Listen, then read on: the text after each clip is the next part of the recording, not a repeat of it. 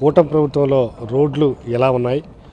మా ప్రభుత్వంలో సంక్రాంతి కల్లా మొత్తం అద్దంలా మెరిపించేస్తామని చెప్పినటువంటి సీఎం చంద్రబాబు హామీ ఏమైంది అని తెలుసుకునే ప్రయత్నంలో భాగంగా అద్దంకి వైఎస్ఆర్సీపీ ఇన్ఛార్జి డాక్టర్ చింతలపూడి అశోక్ కుమార్ ఈరోజు నియోజకవర్గంలో విస్తృతంగా పర్యటన చేస్తున్నారు. ఎక్కడెక్కడ రోడ్లు ఆయన అద్దంగా మెరిపించాయో చూసే ప్రయత్నం చేస్తున్నారు. ఆయనతో మాట్లాడే ప్రయత్నం చేద్దాం. సార్ చెప్పండి, సంక్రాంతి కల్లా మొత్తం అద్దంలా మెరిపించేస్తామని చెప్పినటువంటి కూటమి ప్రభుత్వం అలాగే సీఎం చంద్రబాబు నిజంగా అట్లాగే ఉందే వాతావరణం చూసినట్టున్నారు మీరు కొన్ని చోట్ల?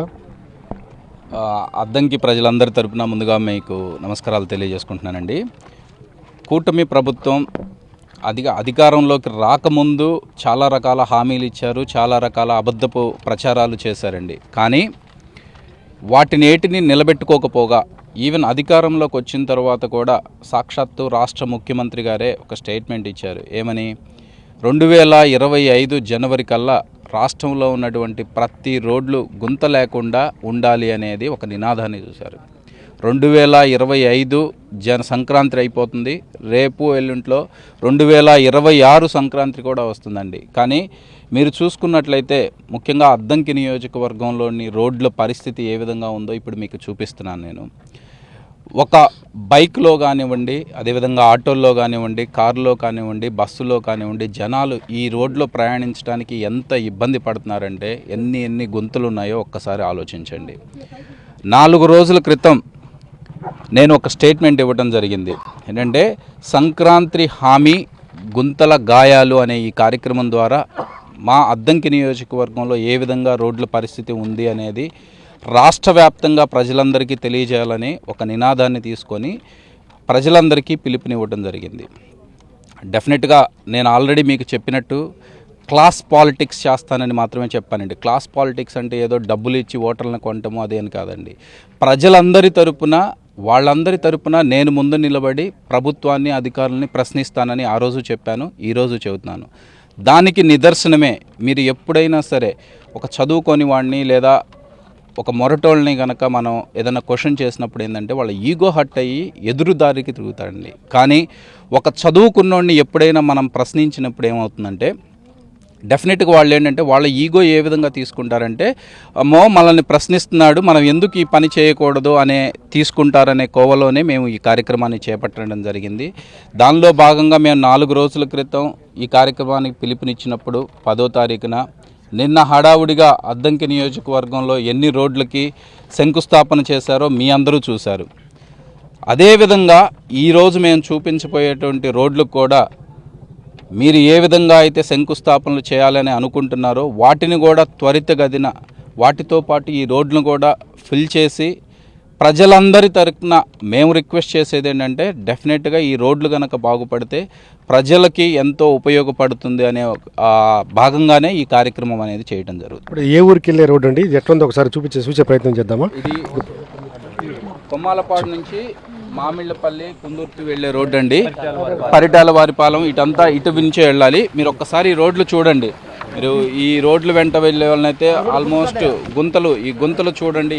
ఈ కొమ్మాలపాడుకి సంబంధించినటువంటి రోడ్డు ఊర్లోకి వెళ్ళే రోడ్డు చూస్తే కనుక చూడండి, కేవలం జస్ట్ ఒక 2 ఫీట్లు మాత్రమే ఇవాళ ఈ రోడ్డు కనిపిస్తున్న రోడ్డు వచ్చి మొత్తం ఇటువైపు గుంతలమైపోయింది, ఇటువైపు గుంతలమయమైపోయింది. కేవలం ఒక 2 ఫీట్లు మాత్రమే మధ్యలో ఉంది. కేవలం ఒక బైక్ మాత్రమే ఇటు వెళ్ళే పరిస్థితి ఉంది. ఈ బైక్ తప్ప కార్లు కానీ లేకపోతే పెద్ద వాహనాలు వస్తే మాత్రం ఖచ్చితంగా ఇక్కడ మొత్తం ఉయ్యాల జంపాలా అన్న రీతిలో వెళ్ళే పరిస్థితి ఉందనేది కూడా మనకి పూర్తిగా అర్థమవుతుంది. ఏది ఏమైనప్పటికీ అద్దంకి నియోజకవర్గంలో అత్యంత దారుణంగా రోడ్ల పరిస్థితి ఉందనడానికి నిదర్శనంగా ఈ రోడ్డు నిలబడిందని కూడా అశోక్ కుమార్ డాక్టర్ చెప్తున్నటువంటి పరిస్థితి ఉంది. నేను చేసే ప్రయత్నం క్లాస్ పాలిటిక్సే చేస్తాను, మంచి జరగడానికి ప్రయత్నం చేస్తాను, నియోజకవర్గంలో అభివృద్ధి కార్యక్రమాలు ఏ విధంగా ఉన్నాయి, రోడ్ల పరిస్థితి ఏ విధంగా ఉందని నేను చెప్పే ప్రయత్నం చేసినప్పుడు కొంత మార్పు వచ్చుద్ది, అధికార పార్టీ దాన్ని పాజిటివ్గా తీసుకుంటుంది అనే ఉద్దేశంతో ఇలాంటి ఉద్యమం చేస్తున్నానని చెప్తున్నారు.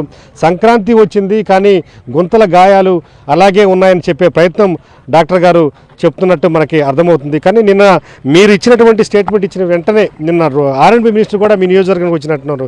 నిజంగా అది మీ సక్సెస్గా భావించాల్సినటువంటి అవసరం ఉందంటారా? అంటే ఏదైనా ఒక ప్రజలకు మంచి జరిగేటప్పుడు అండి నా క్రెడిట్ అని నేను అనుకోనండి. నియోజకవర్గం డెవలప్ అవ్వాలి, అది ఎవరి ద్వారా జరిగినా కానీ ప్రజలందరికీ ఉపయోగపడేటువంటి కార్యక్రమాన్ని చేయడానికి నేను ఎప్పుడూ ముందుగానే ఉంటాను. దాంతోపాటు ఏంటంటే ఇప్పుడు మీరు చూసుకున్నట్లయితే చాలా కార్యక్రమాలు ఎందుకు ఉపయోగపడినటువంటి కార్యక్రమాలు కోటాను కోట్లు ఖర్చు పెట్టి చేస్తున్నారండి. ముఖ్యంగా ఇప్పుడు విజయవాడలో జరుగుతున్నటువంటి ఆవకాయ అనే ఒక ఈవెంట్ ఎవరికి ఉపయోగపడుతుందండి? మన ఎంటర్టైన్మెంట్ కోసం చేయడానికి కాదండి, డెఫినెట్గా ప్రజలకు ఉపయోగపడే అక్కడ ఖర్చు చేసే వేల కోట్లు లేదా కోటాను కోట్లు అక్కడ ఖర్చు చేసే బదులు ఇలాంటి రోడ్లకి కనుక ఒక 50 లక్షల నుంచి 80 లక్షలు శాంక్షన్ చేయగలిగితే కనుక దాదాపు ఇటువైపున ప్రయాణించే ఊర్ల వాళ్ళ ప్రతి ఒక్కరికి ఉపయోగపడుతుంది. అది చూడకుండా ఎంతప్పటికీ పబ్లిసిటీ స్టంట్స్తో అంత కార్పొరేట్ స్టైల్లో ఏదో ఈవెంట్స్ చేస్తాను అంటే ఎంతవరకు సమంజసం ఒక్కసారి మీరు ఆలోచించండి. మీరు మంత్రి గారికి కూడా ఇక్కడ లోకల్ గొట్టిపాటి రవికుమార్ సవాల్ విసినట్టున్నారు అద్దంకి నియోజకవర్గానికి సంబంధించి. అది ఒక హాస్పిటల్ నిర్మించి చూపించండి అని, అది పాజిటివ్గా తీసుకున్నట్టు అనిపిస్తుందా? మీకు ఆ విధమైన కదలిక వస్తుందా అనిపిస్తుందా? కదలిక వస్తే కనుక ప్రజలందరి తరపున నేను ఆ రోజు చెప్పాను, ఈరోజు చెబుతున్నానండి. ఇప్పటి వరకు నియోజకవర్గం ఫస్ట్ ఫామ్ అయిన 1955 కానివ్వండి, లేదా రీఆర్గనైజేషన్ తర్వాత 2008లో మళ్ళీ బౌండరీస్ మారినా కానివ్వండి, ఇప్పటి వరకు ఒక ప్రాపర్ హాస్పిటల్ అనేది లేకపోవటం అనేది చాలా సిగ్గుచేటండి. దట్టు ఇప్పుడు మంత్రివర్గంలో ఉన్నటువంటి ఒక వ్యక్తి ఈ నియోజకవర్గానికి రిప్రజెంటేటివ్గా ఉంటూ మంత్రివర్గంలో కూడా ప్రముఖుడుగా ఉన్నటువంటి వ్యక్తి తన సొంత నియోజకవర్గానికి ఒక 100 బెడెడ్ హాస్పిటల్ తీసుకురాలేదు అంటే ఆ నియోజకవర్గానికి ఎంత సిగ్గుచేటో ఒక్కసారి మీరు ఆలోచించండి. మేమేమి ఆయన్ని గొంతెమ్మ కోరికలు ప్రజలందరి తరపున నేను కోరట్లేదండి. అంటే బేసిక్ రైట్స్ అనేవి కొన్ని ఉంటాయండి. మీరు ఇప్పుడు ఇంతకుముందే ఎప్పుడైనా ఒక్కసారి ఆలోచించండి. ప్రజలు వద్దు అన్నా ఇప్పుడు ఖర్చు పెట్టేది రెండింటి మీదండి. ఒకటి పిల్లల చదువు మీద, వాళ్ళ వైద్యానికి అవసరమైనటి ఆ 2 బేసిక్ నీడ్స్ కనుక ప్రజలకు మనం అందించగలిగితే కనుక 100% ప్రతి ఒక్కళ్ళు వాళ్ళ జీవనోపాధిని వాళ్ళ స్థాయిని పెంచుకోవడానికి ఎంతో ఉపయోగపడుతుందండి. ఒక యాక్సిడెంట్ అయిన కేసో, లేదా ఒక హెడ్ ఇంజరీ కేసో, లేదా ఒక బ్రెయిన్ స్ట్రోక్ కేసో, ఒక హార్ట్కి సంబంధించిన ప్రాబ్లము అద్దంకి నుంచి ఒంగోలు లేదా నర్సరావుపేట రావాలి అంటే ఎంత టైం వేస్ట్ ఉంది. ఆ గోల్డెన్ అవర్ అనేది ఎందుకు ఉంటుంది అనేది ఒక డాక్టర్గా నాకు బాగా తెలుసండి. అలాంటి సందర్భాల్లో వెంటనే కనుక ట్రీట్మెంట్ అందగలిగితే కనుక ఎన్నో వందల మంది ప్రాణాలను మనం కాపాడగలుగుతున్నాం. మీ నియోజకవర్గంలో ఈ రోడ్లు ఇంకా కొన్ని గ్రామాలు తిరిగి ఉంటారు కదా, ఎక్కడెక్కడ ఇంత చూస్తుంటేనే చాలా దారుణంగా ఉన్నటువంటి పరిస్థితి ఉంది. ఎక్కడెక్కడ ఐడెంటిఫై చేశారు సార్?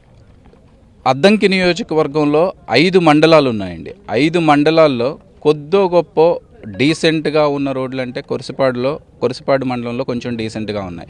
ముఖ్యంగా బల్లికురవ మండలము, సంతమాగులూరు మండలము, అదేవిధంగా పంగులూరు, అద్దంకి రూరల్లో చాలా దారుణమైన పరిస్థితులు ఉన్నాయండి.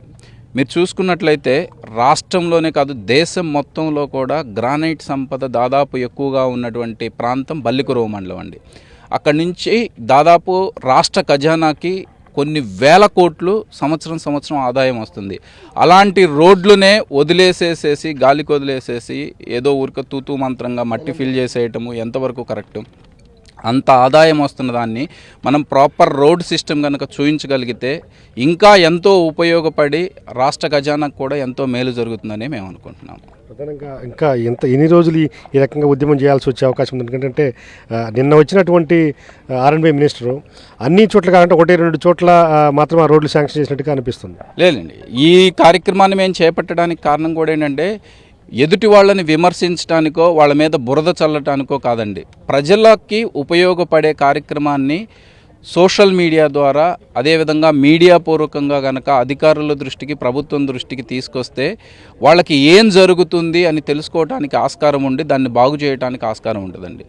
మొన్న మేము అనౌన్స్ చేసిన తర్వాత నిన్న చాలా చోట్ల దాదాపు 8 చోట్ల ఏమో శంకుస్థాపనలు చేశారు అని విన్నాను.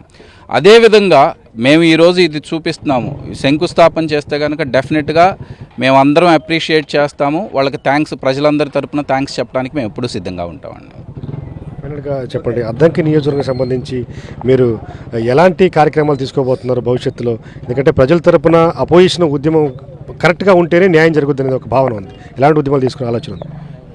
అద్దంకి ఫామ్ అయిన దగ్గర నుంచి నేను చెప్పానండి, అభివృద్ధికి చాలా దూరంలో ఉంది.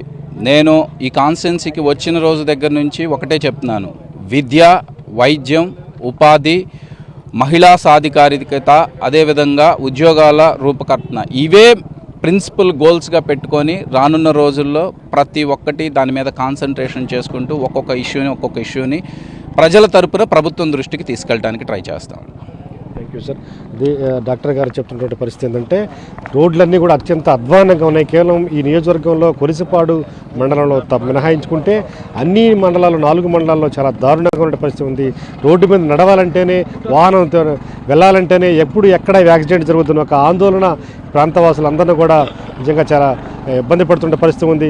ఇక్కడ మేమైతే స్టేట్మెంట్ ఇచ్చామో గుంతల గాయాలనే ప్రోగ్రాంతో ముందుకెళ్తున్నామని వెంటనే మంత్రి గారు ఆర్ఎండ్బి మినిస్టర్ని తీసుకొచ్చి ఒక 8 రోడ్లకి శంకుస్థాపన చేయడానికి కూడా మేము స్వాగతిస్తున్నామని చెప్తున్నారు. మరిన్ని రోడ్లు ఇలాంటి రోడ్లన్నీ కూడా చాలా దారుణంగా ఉన్న పరిస్థితి ఉంది. ఇచ్చిన హామీ మేరకు వాటిని ఫుల్ఫిల్ చేయాల్సినటువంటి అవసరం ప్రభుత్వానికి ఉందని కూడా ఆయన చెప్తుంటే పరిస్థితి ఉంది. అలాగే అద్దంకి నియోజకవర్గానికి సంబంధించి చాలా ఛాలెంజింగ్ ప్రోగ్రామ్స్ ఉన్నాయి. విద్యా వైద్యానికి సంబంధించినటువంటి కార్యక్రమాలు కూడా చాలా వెనకబాటుతనానికి గురైంది. కాబట్టి ఖచ్చితంగా ఒక పెద్ద మెడికల్ ఆసుపత్రి ఇక్కడ నిర్మాణం చేపడితే నిజంగా ఖచ్చితంగా ఈ ప్రాంతవాసులకు ఉపయోగపడుతుందని చెప్తున్న పరిస్థితి ఉంది. ఒకవేళ ఇలాంటి చెప్పినటువంటి వాళ్ళు చెప్పిన హామీలే కనుక నెరవేర్చకపోతే ఖచ్చితంగా ఉద్యమాన్ని మరింత ఉధృతం చేస్తాం. ప్రజల సహకారంతో ఇలాంటి కార్యక్రమాలను మరిన్ని చేస్తామని చెప్పి డాక్టర్ అశోక్ కుమార్ చెప్తున్నారు.